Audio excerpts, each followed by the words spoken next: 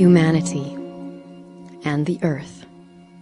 For a time immemorial we have been together, spiraling through the cosmos on our inseparable journeys of growth and expansion.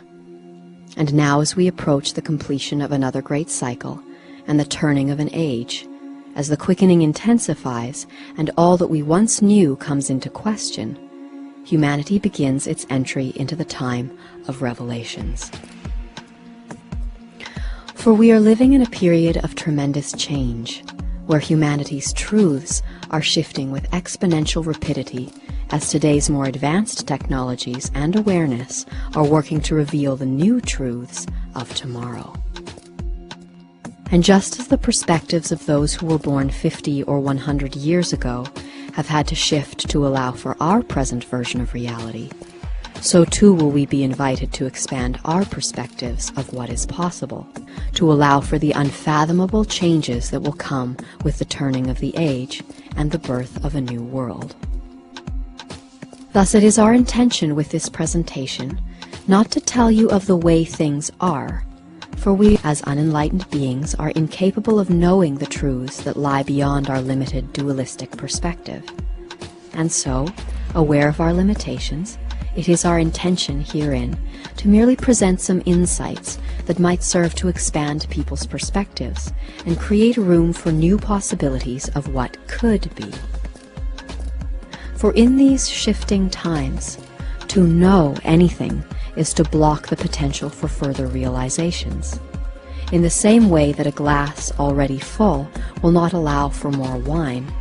And just as holding on to our limited perspectives of truth, spirituality, and service will keep us from seeing the dawning light of the new world which is currently beyond our comprehension. That said, the perspectives presented herein are not randomly imagined, but rather have been carefully compiled through the meticulous research and reflection upon ancient Gnostic and Taoist texts, as well as an analysis of current events and recognized trends in our global theater. We have said before that the time has come and that the revolution has begun. And now, with the passage of time and the willingness to learn, we stand in the light of our expanded awareness to see that the earth does not require a revolution on the part of humanity, but rather she is lovingly urging our evolution, an evolution that awaits all those who are willing to humble themselves and let go of what they know. For it is only in letting go that one may become open like a child and receive the grace of world-altering revelations.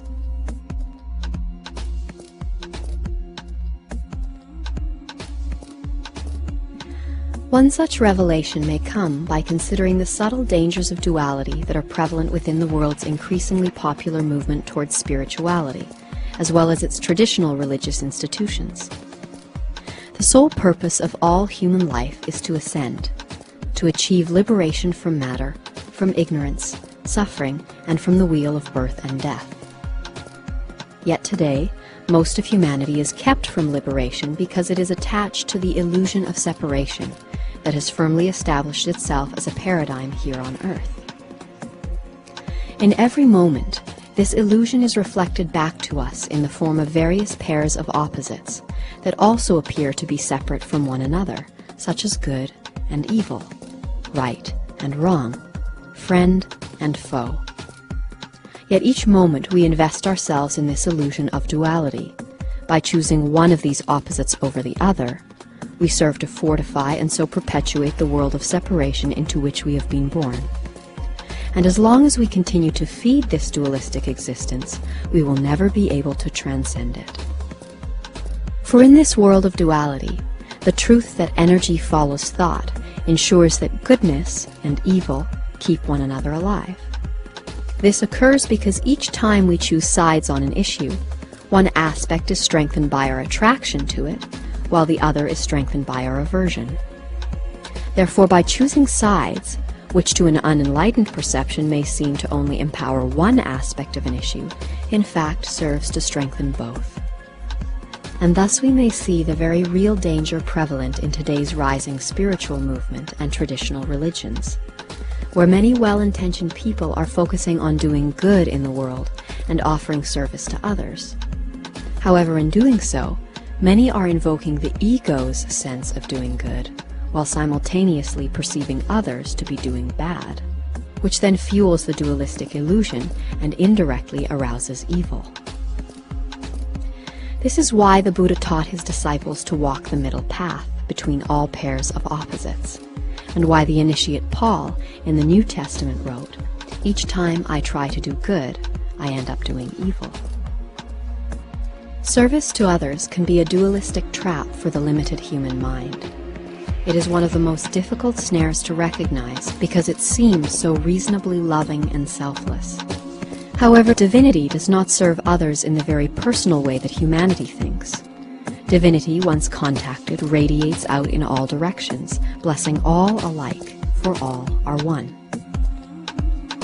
And here one may understand that true, effective spiritual service is the natural outpouring of love and wisdom from the divinely aligned heart and mind.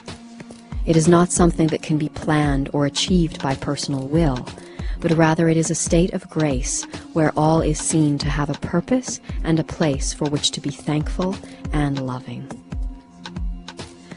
Thus it is through this realization that all of the world's perceived good and evil are serving the divine by providing the opportunity to seek and find truth, that we may realize that we are all truly one.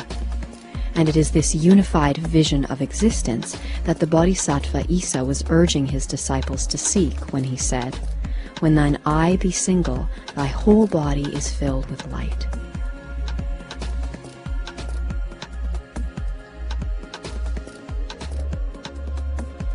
All around the world there are various groups and gurus within the rising spiritual movement who are testifying that in these shifting times all we need to do is love. Though this is well and true, a problem arises when this message is delivered to a population whose understanding of love is unenlightened, and therefore dualistic, self-centered, and so often sentimental.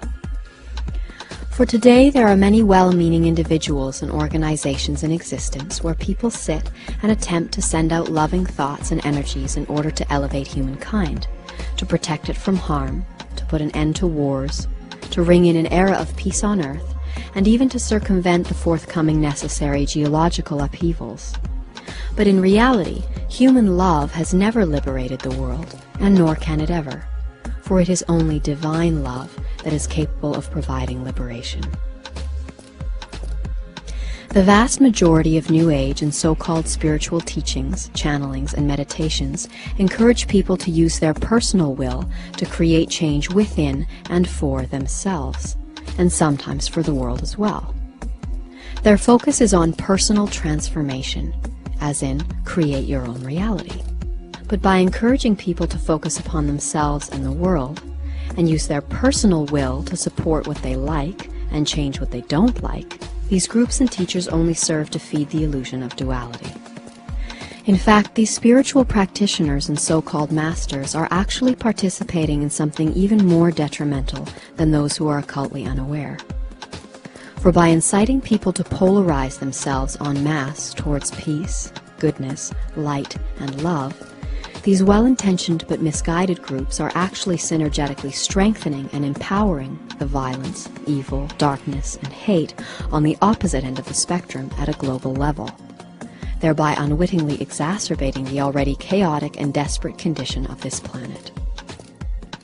Thus we may see how the road to hell is paved with good intentions, as these well-meaning individuals are leading the masses astray and thereby incurring further karma for themselves and encouraging others whom they attract to their cause to do the same.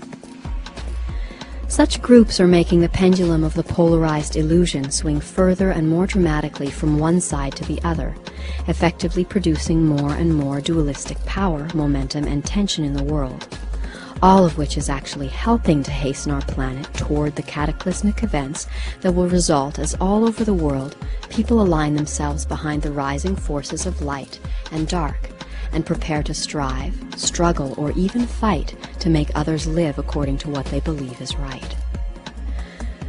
We have been warned that in these shifting times, many false prophets will arise and deceive many people, And thus, considering the tremendous amount of confusion coming from within the spiritual and New Age movements and their leaders, we would say that before looking outwards for direction in these shifting times, one would be well advised to first look inwards and seek the truths that will keep them from being so easily led astray. For there is one mission for each and every life form, one single goal and purpose, and that is to seek the truth and so be free. Thus it is through the humble and selfless seeking of truth that one may open their heart to the one life in all, and thus be free from the illusion of separation, along with the ego's attachment to what it perceives as right and wrong in the world. Free from such attachments, one is liberated from their desire to change the world according to their personal will, for they see that all is perfect as it is, as reflected in the words of the Taoist sage Lao Tzu, who said, "The world is sacred, it can't be improved." Thus it is with this understanding that one learns to relinquish my will for thy will, that is, the divine will. And it is with this prudent focus that one begins the process of being initiated into true spirituality, and so becomes both a recipient and a servant of the liberating truth. For it is our selfishness and our ignorant use of free will that has brought us collectively into our present state of existence.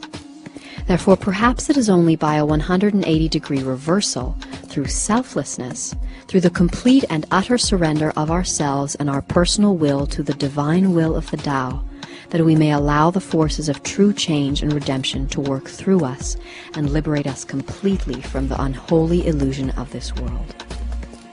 And here it is essential to consider that one of the greatest obstacles, if not the greatest obstacle, that stands in the way of real spiritual unfoldment and realization is an absence of humility, and the honest admission as to how little the separate self really and truly knows of the higher life, its purpose, goal, and the inevitable result for the end of this major world cycle. Also consider that any thoughts of "I am a teacher," or "I can heal others," or "I know the way home and can therefore lead others," actually prevents the Divine Spirit from working through us. Because I is not the Divine Spirit. It is at best a temporal vehicle and agent of the one life, as are all separative entities.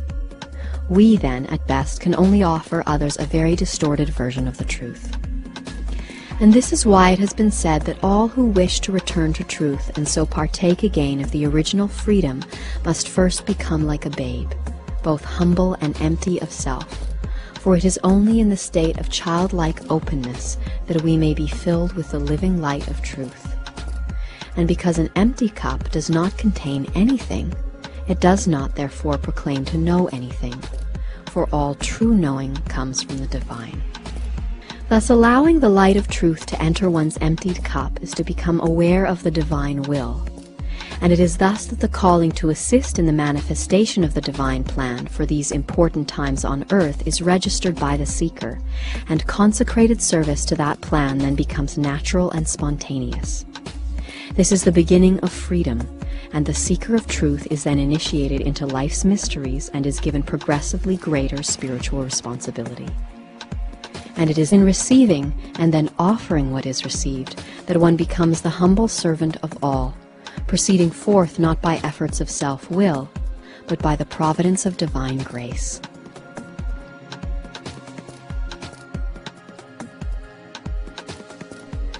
To many who are sensing the quickening on earth today, it is becoming clear that two world perspectives are now rising, in contrast of one another.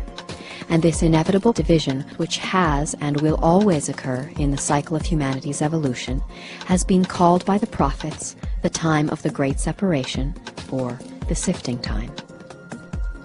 This sifting time not only includes the division of souls, but of all life and all energy on earth into two vibrational fields. And for all those who are awakening to this reality, it is now becoming quite obvious that humanity shall, very soon, be required to make a distinct choice of which perspective we choose to embrace. For we have today arrived at the crossroads, and the time of reckoning, and the choice that remains to humanity is, will we continue to live for and exalt the self, and therefore bind ourselves to this world's illusion of separation and duality? Or will we choose to move on to the new world and its lessons by surrendering ourselves in service to the divine will and awakening to our oneness and equality with all? Though our age-old programming and dualistic perceptions of this division will cause many to perceive this as the separation of good and evil, or heaven and hell, it is more accurate to consider this as an opportunity, where those who have had enough of the lessons that are made available in the present dualistic world choose to let go of their attachments to it, and those who still wish to explore the lessons of the self, the material and the struggle of opposites, are free to do so until such a time that they wish to explore lessons of another reality. Hence the suggestion of this division need not arouse fear or pride, as it is all to be a matter of a person's choice of where they wish to be, to do the appropriate learning in service of the divine. And in keeping with the cyclic nature of our universe, if the choice to move on to other lessons does not seem prudent during the closing of this Earth cycle, the choice will come again either on Earth or some other planet at some other time. That said, the great separation is indeed intensifying in the world today, as approaching high vibrational cosmic rays are pushing all unresolved karma and darkness to the surface from within each one of us, thereby giving us the opportunity to heal our dualistic perspectives of light and dark in relation to ourselves and the world. And like a cancer in the body, the disease of the world will continue to rise and become increasingly intense until we stop running from the darkness, face it, and learn what lessons it has to reveal. For it is a dangerous and most erroneous belief amongst many in today's spiritual and New Age movements that all we need to do is focus on the positives, such as, if we concentrate on the light, we will see the light, and if we focus on the dark, we will see the dark. But what so few people understand today is that it is not what we focus upon or not that matters, so much as the why. And if we honestly examine why we avoid looking at the shadow side of life, then most will find that it is because we are in denial and therefore fearful of it. And it is in fact the energetic charge of our fear that is partially responsible for keeping the darkness so very alive in our world today. Thus, supporting the phrase that it is always darkest before the dawn, we shall find that life on Earth is and will continue to become more challenging in the months and years approaching the shift, as the darkness which has been ignored or denied for so long surfaces with a strength that demands our recognition and reconciliation. One of the most common misconceptions that has been woven into the very fabric of our reality through the world's religions, governments, and global media is the belief in an epic final battle between the forces of good and evil known to many as Armageddon. All across the planet, a total of nearly 3 billion Christians, Muslims, and Jews await the prophesied return of the Messiah, or Mahdi, who it is believed will lead the righteous in a battle against the opposing forces of evil, which it is believed will be led by the Antichrist. Though it is possible that there will be an epic global conflict as tensions rise on the world stage and people align themselves behind their governments and their gods, what most people don't understand is that the real Armageddon is a battle that can only be won inside each one of us, and not on a battlefield. For one of the greatest secrets of our time is that the Antichrist is not a single evil person, but rather it is that dualistic and divided consciousness that separates us from each other and divinity. And it is by continually looking out to the world for an enemy or threat, rather than looking inside ourselves, that humanity is kept from seeing and therefore healing the true danger of its ignorance and duality. And thus the existing cycle of suffering and separation is perpetuated. This inner victory will be won by those who, through a selfless attitude and a humble yearning for the truth in which there is no separation, open their hearts to the one life in all, and so relinquish their personal will and desire to change the world so that they may surrender themselves to the humble service of the divine will. And it is for this reason that authentic spiritual practices such as Buddhism, Taoism, yoga, and certain native spiritual traditions teach us to be aware and equanimous with the way things are. And thus, as the dramatic yet divinely orchestrated world events peak, the prophesied event of the return will cause the realities of the two contrasting world perspectives to separate, thus saying that the time has come for humanity to make its choice. I am ready for the next step in humanity's evolution.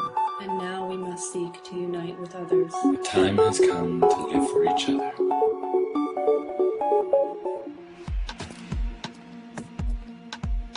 Ever since humanity acquired the knowledge of good and evil, everything born into this dualistic world has been required to adapt itself to the illusory laws dividing time and space, laws of isolation and opposition, perpetuating the ongoing cycle of birth, death, and suffering. These laws, which are expressions of duality or Antichrist consciousness, present the greatest obstacle to humanity's quest for liberation. Although such spiritual seeking is met with little success in today's world because of the extreme difficulty in reaching integration in a vibrational field that is as psychically polluted as that of the Earth, during the revolving course of the cosmic cycles, there arise periods when great redeeming energies return to the Earth, allowing the process of integration to proceed more easily and rapidly. All around the world there exist ancient cultures and wisdom keepers whose texts and teachings reveal knowledge of such periods having happened in the past, while some even hold prophecies telling of the impending return of these forces of salvation. However, here again it is essential to understand that this returning Redeemer is not a physical personality of majestic stature residing somewhere outside the dense material world, but is essentially an impersonal divine unifying consciousness, manifesting itself as light, love, and wisdom in a field of cosmic rays emanating from the center of our galaxy. Thus the return actually refers to the Earth's cyclic re-entry into this higher vibrational field, at which point we are anointed by its divine light and influence. And it is because of this divine anointing that the return is widely referred to as the return of Christ, which, stemming from the Greek word Christos, means the anointed one. Thus we may see that Christ consciousness is not exclusively available to Jesus, but is available to every human being who experiences the infinite, changeless reality that lies at the core of each one of us. That said, those who out of fear cling to the idea of Jesus the man as a means for personal salvation will thereby bind themselves to the old dualistic world by the quality of their own thought and desire, while those who look within to the unifying perspective of Christ consciousness find the path that leads to deliverance. Of the many ancient cultures and wisdom keepers that speak of the returning light of transformation, one that is becoming increasingly vocal and present in the world today is that of the Mayans. For years, popular media has wrongfully insinuated that the Mayan December 21, 2012 date predicts the end of the world. This assertion has been based on the fact that on that day we will see the convergent completion of 9 of the Mayans' 24 calendars, including what the grandfathers call a return to the beginning of the 5,200-year long count calendar and the completion of a great 26,000-year cycle. To say that these completions mean the end of the world would be as erroneous as proclaiming doom every New Year's Eve. For these are huge wheels of time that turn, and like our current calendar, when its 12-month cycle is completed, it simply begins again. That said, the completion of the long count calendar is a unique event, and one which will bring with it not the end of the world, but the birth of a new reality. And it is through the proper understanding of the cosmic events that accompany the completion of these great cycles that one may learn how we will be given the opportunity to transcend this world of duality and be reborn into a new experience of unity consciousness and reintegration with the divine. The long count calendar is based on a 26,000-year cycle known as the precession of the equinox. This cycle measures the time that it takes for our Earth, which spins at an angle like a top, to complete one full rotation of its wobble. And it is this wobble that causes our view of the constellations to shift by 1 degree every 72 years, creating what are known as the astrological ages. Thus, as a result of this gradual changing of our night sky, the event that we will witness at the end of the long count calendar on December 21st, 2012, is that when the sun rises on the eastern horizon, it will appear to have moved into the center of our galactic plane. Though approximations of this alignment have been occurring once a year since 1980, with an exact alignment in 1998, 2012 will mark the first time in 26,000 years that the Sun will appear to touch what is known as the dark rift that snakes its way along the galactic equator. The dark rift is a series of overlapping non-luminous molecular dust clouds that appear as a dark lane that divides the bright band of the Milky Way lengthwise. According to Mayan cosmology, this great rift with which the Sun will align on December 21, 2012, and take some 20 years to travel through, is a unique area of our night sky, which the Mayans believe is responsible for bringing spiritual rebirth. As a result of this extraordinary alignment, the Sun and the plane of the ecliptic would then appear for the first time in 26,000 years to cross between the dark rift and an area of the galactic plane known as the Mayan sacred tree. This cosmic cross, traced in the sky, is considered to embody the sacred tree of life and is known to all of the world's spiritual traditions. This synchronistic return of the tree of life at the time that the Sun aligns to the dark rift marks the return to the beginning of the long count calendar and the birth of a new humanity.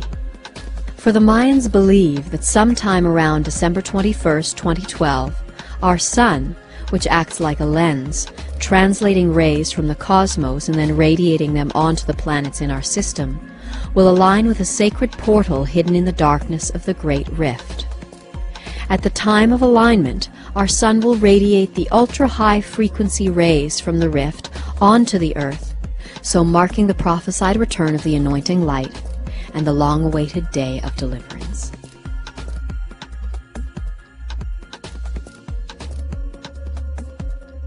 As the quickening intensifies during the approach of the imminent day of return, the global situation will become increasingly intense as the forces of darkness lash out in their final attempt to preserve the world of duality.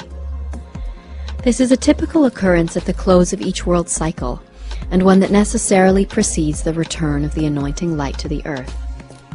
The purpose of such timely intensity is to provide humanity the necessary challenges and trials that will allow us to purify ourselves by reflecting on the choices that we've made throughout our lives and during these times of great change. For in this period of purification, the mirror of truth will be held up for all to see at last, what we have become and which master we have truly served. And when humanity is left with no other choice but to face the truth and ourselves in utter honesty, to look, to see, and to weep in genuine repentance, then can love open our hearts and reveal to us the way of true devotion and holiness. It is thus through humble surrender that each person is given the opportunity to hasten their own spiritual growth and simultaneously transition into a bright new era. During the time of increasing intensity before the return, people will seek deliverance from the troubles of the world and will hear two voices calling them to salvation. Though the voices may sound similar and use the same words of unity, truth, and service, one will offer a form of salvation that addresses the immediate symptoms of humanity's suffering and promises to preserve a degree of comfort and security within a familiar system, where people are divided by the old world perspectives of good and evil, rich and poor, strong and weak. This voice will speak to people's fears and to their desires to protect and preserve the self. And the other voice, which will probably be much quieter and coming from within, will offer humanity salvation from the source of its suffering. This it will do by gently beckoning all those who are willing to surrender their concepts of self and the world. We will be asked to relinquish our beliefs of what is right and wrong, possible or not, and thereby free ourselves of all knowing, along with all desires and ambitions, so that we may become empty cups fit to receive the grace and light of truth. And this voice, rather than speaking to our fears, will speak to our courage, inviting all those with the love and wisdom to see where the familiar path of fear and self-service leads, to take a courageous step down the untrodden path of self-surrender into an unknown reality where everything, through its process of purification and the divine light, has come to a perpetual awareness of its oneness with all. And thus, within this new reality, with its adjusted laws and perspectives, the quest for truth will continue. So how might the return affect our reality and allow for humanity's deliverance? Again, as unenlightened beings, it is impossible for us to know exactly how, what, or when things will unfold in the coming months and years prior to the return. However, with humble thanks to the dedicated work of other seekers and sages, we can offer an educated example of what sort of events could occur, leading to a deliverance event for humanity.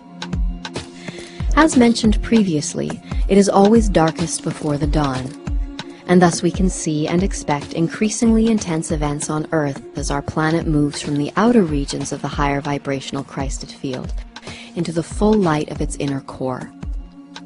As our planet continues its journey, the higher vibrations pour into the subtle energy fields of our planet, causing the coarse, blocked vibrations of old ingrained delusions and selfishness to be exposed and cleansed. Thus all anxieties, fears, and obsessions with self that obscure the light of spirit are necessarily surfacing in our lives and personalities today. And as we move towards the full light and higher vibrations of the inner Christed field, the effects of surfacing darkness will be experienced by greater numbers in increasing intensity, thus raising psychic tensions across the face of the planet. Though to humanity this may seem like a very bad time indeed, the forces of darkness, sensing the end of their rule, will then implement their final desperate attempts to reinforce humanity's concern for self, and thus its bondage to the world of duality.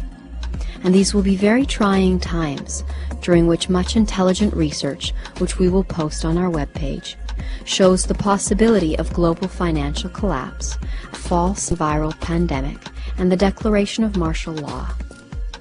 There is also strong evidence that we will see the start of World War III, which seems will be sold to the world as a holy war. Gas prices will rise, and food and medicine will become extremely scarce. And thus with our dreams, ambitions, and our very lives under the potential threat of extinction, we will be coerced into making a choice, such as, would you agree to receive a microchip implant that will allow your movements and ID to be tracked, in exchange for food, money, medicine, and the right to continue working for our current system of governance and authority? Or would you rise up to oppose the system that you believe to be responsible for the state of the world? Or will you humbly acknowledge the part that we have all played in making this world what it is and seek another way? Though to anyone who has not done the research, the possibilities presented herein might seem like a sensationalist Hollywood film, there are indications that the storyline will get even more unusual. Some research even indicates that the drama that is being played out on Earth will be brought to its dualistic extreme when, amidst all the war, death, pestilence, and famine, the forces of darkness stage a false second coming of a Christ figure. This event, referred to in the Bible as the false rapture, will display signs and wonders so great as to deceive, if that were possible, even the elect. It is thought by some that this second coming might resemble the Bible's version of the fall of Babylon, as portrayed in the book of Revelation, while others believe that it could be staged to look like the arrival of a benevolent alien race, who, forming links with our world governments, popular spiritual leaders, and movie stars, would perform miracles and tender promises to ease the pains of humanity by whisking the elect, or chosen ones, away to safety, thus saving them from the dark evil of the world. All those who have chosen in fear to leave the earth and avoid facing the darkness and reconciling the duality within themselves will have missed the opportunity for deliverance that will come at the moment of the true and blessed return. Again, it is impossible for us to know what the moment of return will look like. But respecting the power of story and imagination as the means by which we may navigate the unknown, we offer the following with the intention of inspiring people to empty their cups of what they believe is true in order to allow for the inpouring of new revelations.